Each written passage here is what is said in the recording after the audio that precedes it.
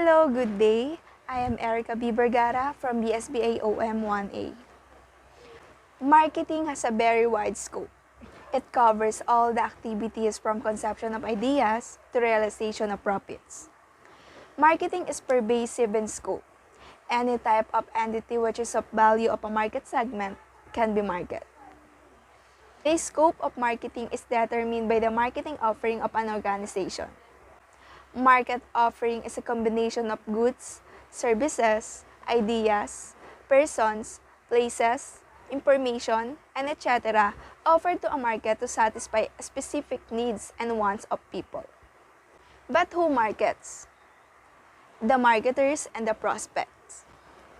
A marketer is someone who seeks a response, attention, a purchase, a vote, a donation from another party called the prospect. If two parties are seeking to sell something to each other, we call them both marketers. Marketers are skilled at stimulating demand for their product, but that's a limited view of what they do. Just as production and logistic professionals are responsible for supply management, marketers are responsible for demand management. They seek to influence the level, timing, and composition of demand to meet the organization's objectives. In this topic, I will be going to discuss the 8 demand states. They are also called classification of demand.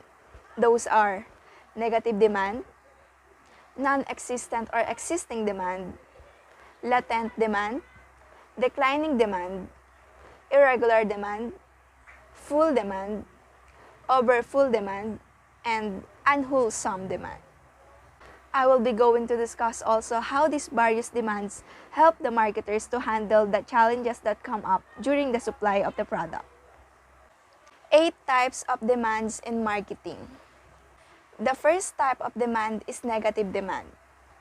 Negative demand occurs when a product is disliked by all its target customers in general. The product is in good quality, affordability, and many other things, but its demand is going negative because the customer doesn't need it. In such cases, it is very difficult for the marketers to sell the product to its customers. They have to do a lot of convincing and even manipulation of a customer's mind to achieve their marketing goal. Some of the major reasons for this type of demands are defective, irritating market campaigns like advertising through pop-up ads. No customers like to pop-up ads, due to which the customer generates a negative brand image in their mind, resulting in negative demand. Let us understand this demand through an example. Services like dental treatments, insurance policies face a lot of negative demand because people, rather than going to a doctor for treatment or taking an insurance policy, prefer taking preventive measures to avoid buying these services. So, the first type of demand in economics is negative demand. The second type of demand in economics is known as non-existent or existing demand. This demand can be very harmful to any brand if the market research is not accurate. In this demand, a marketer thinks that there is a demand for the product in the market, but in reality, there is no demand for the product. In many cases, companies lose their market value by not analyzing their demand. It means, if a company keeps producing a certain product thinking that there is the demand for the product in the market, it will end up suffering huge losses because people will not purchase their product, which result in losing both market share and reputation of the brand. This type of demand can be more easily understood by an example. Many educational and computer courses which are not in demand by the market are one such example of non-existing demand. Another example can be the mobile phones made by BlackBerry, which are not in demand anymore, but still the companies keep on producing them. Third is latent demand. It means that the demand for which the product is not available or is not developed to date. In today's time, there are fewer needs for which any product hasn't been made or developed. But still, there are many needs of the people which are unseen by the marketer. The products which are invented or developed during this type of demand gain almost all of the market of that product as if it's new to everyone. The best example for studying this type of demand is by studying the evolution of smartphones or mobile phones.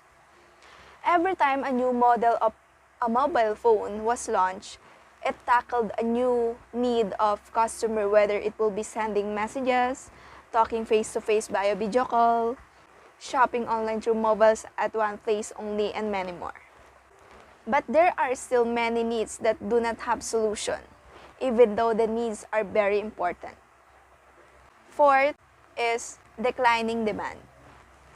Declining demand, as the name suggests, means the demand for the product whose demand is declining with the time. It depends on product to product. It may be due to a new invention in that particular product field, bad brand marketing, or decreasing the quality of the product. There are various products like technological products in which the coming of new technology results in declining the previous tech or method. This type of demand is majorly seen in technological fields, but in the food sector, fast-moving consumer goods or FMCG sector also face this as a challenge. Irregular demand. This is the demand due to which a company has to change its marketing strategy from time to time repeatedly. In this type of demand, the sales of a product or service fluctuate too much. Example, sometimes it goes to the extreme top, sometimes it goes to zero. This happens because of the seasonal or time-based need of the product. The customer only wants the product in a certain period or season due to which they only buy the product in that particular seasons. Air conditioners, seasonal coats, are the best day-to-day things where this irregular demand is seen. 6. Full demand. If a company is having full demand, it is the golden period for that company. It is the state of the market where the supply is equal to the demand. It means that the customers for that product are loyal to the brand. The brand also makes sure that each customer is happy with their product. It can also be called as a full market coverage, as most of the market demand has been completely fulfilled by the company. The next one is over full demand. This demand generates when there is a limited manufacturing capacity of the company for a product, but the demand for it is more than the manufacturing capacity. It means that demand is more, but supply is less. The brand equity of the company is highly affected in this type of demand, due to which sometimes companies using their marketing techniques to decrease the demand for the product so that the sales can match the demand. This type of demand can usually seen in occasional products like the cement industry, where the demand is occasional but very high. These industries have limited manufacturing power, due to which there is a chance of consumers switching the brand, which result in loss of both market share and brand equity. The eighth and the last type of demand in economics is unwholesome demand. If negative demand is the head, unwholesome demand is the tail. Another phase of negative demand is unwholesome demand. They both have almost same elements, except there is a single difference between the two, which is in negative demand, a consumer doesn't feel the urge or requirement to buy the product, but in unwholesome demand, consumer badly wants the product but shouldn't desire or take the decision to buy it. This product can be alcohol, pirate movies, firearms, and etc. So those are the main types of demand or classification of demand that help a marketers for demand forecasting and managing the demand every time. In buying or purchasing a product, there should be fast and accurate decision making by the marketer as a challenge, and the effects of these types of demands can be both ruin to company's reputation as well as take it to the sky heights. That's all. Again, I am Erica B. Vergara from BSBA OM. Thank you for listening.